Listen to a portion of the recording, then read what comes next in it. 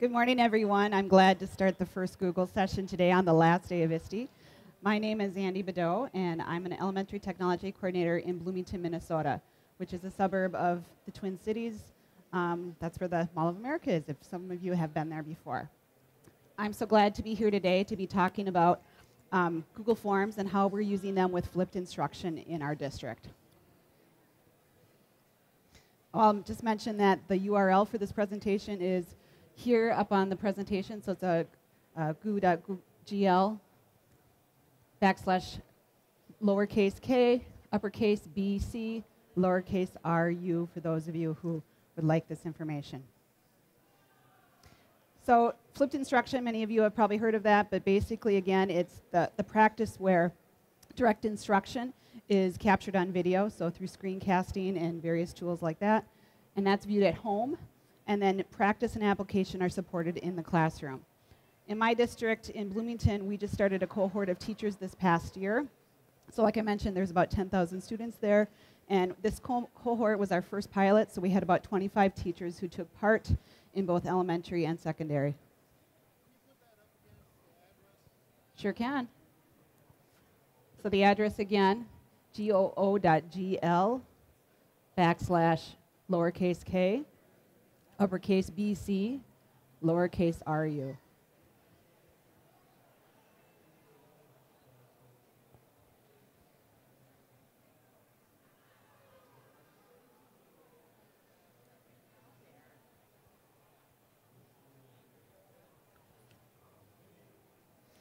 And again, I'll put that up at the end of the presentation too for those of you who didn't get it the first time. So again, we started a flipped cohort model, which was really our pilot. And part of this presentation was titled, "It's Not About the Video." And if I could say anything, it's having to get over that hurdle because the video is just one portion of it. And really, when our teachers started, that's really what they were concentrating on, was getting that video created. But then as we went through this journey this past year, we found out that we wanted more. We wanted to do more with what we were doing with flipped instruction. And that's where we are a Google Apps for Education district. That's where Google Forms came into play. So the next kind of slides that I'm going to be showing are really how we are using Google Forms in a flipped instruction model. And you'll really see that it starts off as basically replacement kinds of ideas, and then we're really talking about how that grew into more and more. So the first way, of course, is a Google Form is a great way to do a formative assessment. So that was the first step that our teachers did. They had created their video, and then they wanted to see who was watching the videos, and they wanted to actually gather some data on what students were doing. So this is an example of 2 fifth-grade teachers, and they really took to the Google Forms very easily. It was pretty simple for them once they had created it once that they could recreate this. So this was a long division video that they watched, and you can see that students were asked to put in their first name, last name. In this case, there was blocks, so the teachers had the blocks that were put in there. And then they asked about 4 questions. So anywhere between watching a 5 to 10 minute video, and then they would have this form that they would fill out afterwards. So this was the first step in the process for our teachers. They were really excited because, again, the next thing that they were able to do is they were able to figure out, even before kids came in the next day, who got it and who didn't. So they took in the form all the answers that students submitted go to a spreadsheet. So there's the actual live form, and then there's the spreadsheet, the back end. And you can see here that they didn't know anything about spreadsheets. So I worked with them and said, hey, do you know how to do conditional formatting? And they said, no. And I said, well, depending on the answer of the question, you can have it turn green or red in this case. So you can see clearly if a student had if they had responded 4 times and then it was green, the students felt comfortable with that concept. In a case where maybe a student had answers wrong, the teacher knew, like I said, even before they came in the next day, who they needed to pull aside and either have remediation, or in a case where a student had it all right, where they could have enrichment. So again, this was a process. They first started with the form, then they started looking at the data and how could they use that data better. Another one, how many of you have used Google Scripts before? Some of you? So I can show you where you can find Google Scripts. In this case, 2 teachers were teaching math. In this case, it was 5th grade math. And they were using the same form. Because when they met together to do their professional learning communities or their PLC work, they wanted to see all the students that were in 5th grade. But when they were actually managing and going through the spreadsheets, it was much easier if they could sort out who their individual students were. So in this case, you can see on the form at the bottom here, there is the initial spreadsheet. So sheet 1 is where the answers actually come into the spreadsheet. And then you see that there's 2 other tabs for the 2 teachers who were teaching this. And in this case, they would then be able to go and look at their individual students for their classes. So they could sort of sort out that information. I'm going to go. So again, you can see if I click on a teacher, it can break up the data that you're looking at. So in this case, Holly, she could look at her kids individually. And that was all with a Google script. I don't actually know a lot about scripts, but I know how to add them to my spreadsheets. So if you've never done that before, in the Insert menu,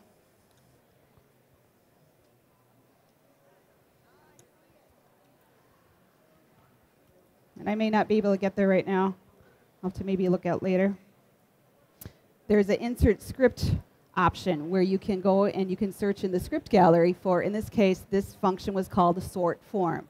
S-O-R-T-F-O-R-M. So students were able to do that. Or the teacher was able to add that so that they could sort their kids into their individual classes.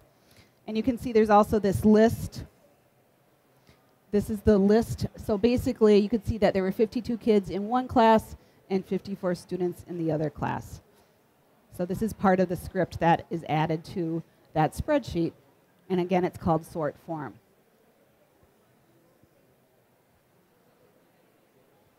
And again, this was a progression. Teachers didn't start doing all of these things all at once. This was the journey. So once they were able to do one thing, then they wanted to see what they could do next. So then they started thinking about how can we really be smarter when we're flipping our instruction. So before, they were making a Google form for each of the videos that they were creating. So even if they were copying that form, it still was a little bit more time intensive. So in this case, they started actually saying, why can't we use the same form for the same unit or the same chapter? So they could use the form multiple times over again. So they weren't having to recreate that form every day.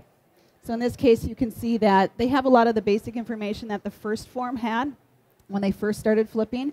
But then the questions at the bottom are very generic so that they could be used for any chapter or unit or lesson that they were flipping. So you can see it says question number 1 from the video, question number 2, question number 3, question number 4. So this really saved them time because they were actually using, in this case, a Google site. They could just embed their Google form into the Google site, and they never had to change that. Now, over time, so maybe they did Unit 5, maybe had 10, 12 video lessons, they would use the same form. Then after they moved on to the next chapter, say for example chapter 6, they would just copy the data and use that sort of as their backup, and then they would retitle the current form for Unit 6. So they never actually had to change any of the links that were on the site, the Google site that the kids were going to. So again, it was one of those efficiencies in time. Once they had it there, they just made a copy for a backup, and then they kept on going with the next unit. So this again was one of those ahas, how they could work smarter as they were flipping.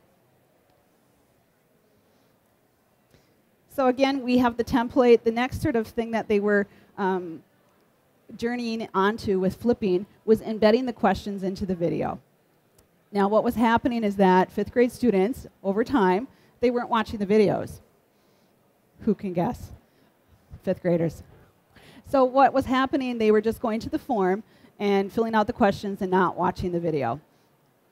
Keep in mind again that on a Google site, we had them side by side. The Google video, or the YouTube video and the Google form were embedded side by side. So then the teachers started embedding the questions into the video. So for example, I'll see if I can.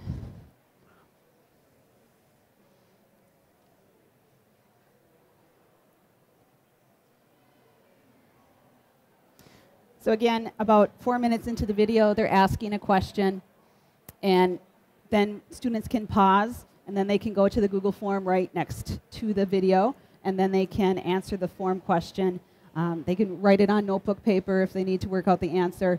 But this was, again, a way that students were encouraged to watch the video. So they started embedding the questions into the video. And again, because the form was generic, they would just say video question number 1. And they could change that to fit whatever video they were working on. So that was the next step in the progression for flipping with forms and using their videos.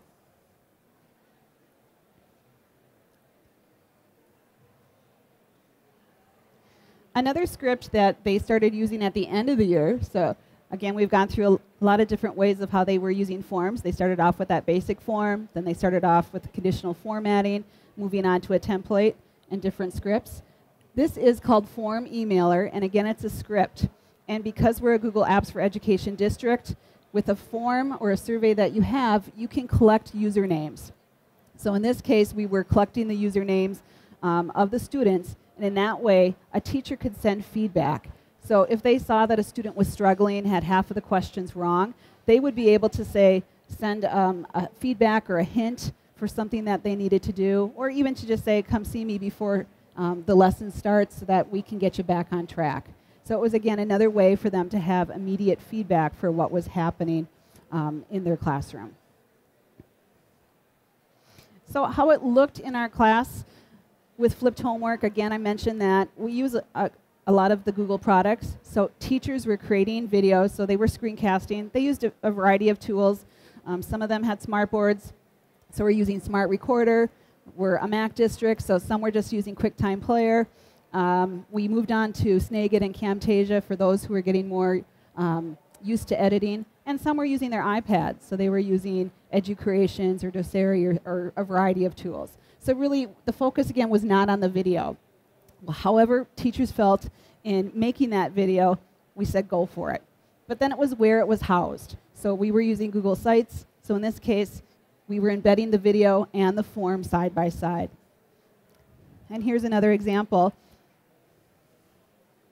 This was a high school teacher. So she had a Google site for her web presence, and she has a tab called Current Video. And I thought this was pretty clever. Again, she has her form on the right-hand side. So this was for Chapter 11. So she used the same form for Chapter 11, so that could be a series of videos. She never had to change it out.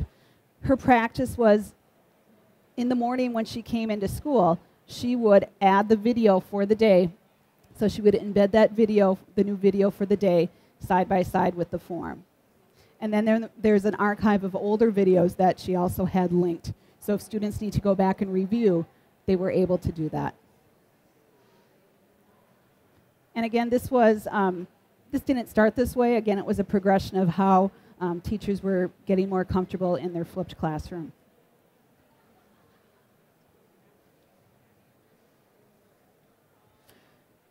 So those are some of the ways of how we were using forms, but I think it's really more important to think about what that actually did for teachers and students in the classroom. So if you really think about it, this is Bloom's taxonomy. Many of you are aware of this.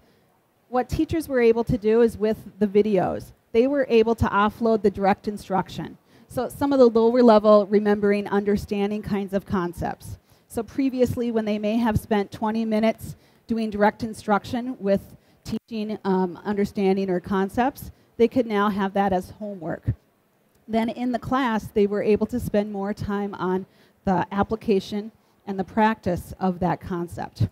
So really, in a way, it actually, teachers and students were able to spend more time on the application, analysis, evaluating, and creating kind of Bloom's taxonomy.